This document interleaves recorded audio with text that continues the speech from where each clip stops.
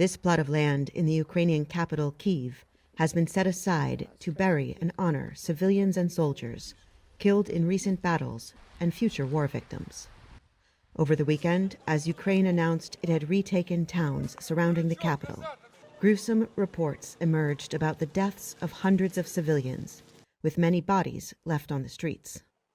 On Sunday, a giant fire raged in the southern port city of Odessa after Russian airstrikes hit an oil processing plant and fuel depots around the city. In the cemetery in Kyiv, the facility's director says the war may now be focused further east and south, but he thinks the relative peace in the capital is temporary. Since the war began in late February, 30 missiles have hit this cemetery. It is impossible to feel safe here. For example, on March 2nd, during the escalation in Bucha, missiles hit our cemetery within 100 meters of the workers. The workers hid inside the graves, and after the hit, kept digging. Locals say they are shocked and heartbroken by the recent death and destruction. Kyiv remains a tangle of barricades, and the remnants of bombed buildings still lay exactly where they fell after being hit.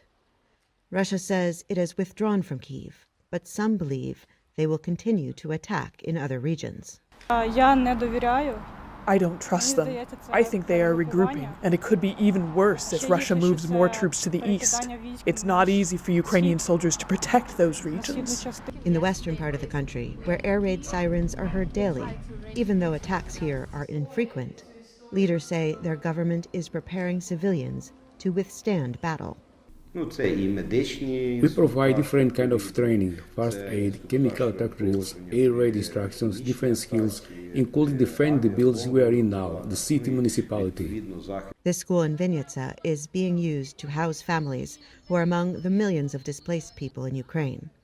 Many say they are furious. If we have to, we will fight them with our bare hands and tear them apart for killing our children and everything else they have done. The war in Ukraine has forced about 10 million people to flee their homes, and the United Nations says roughly half are children.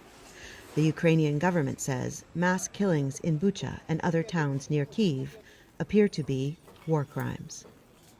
Heather Murdock, VOA News, Vinnytsia and Kyiv, Ukraine.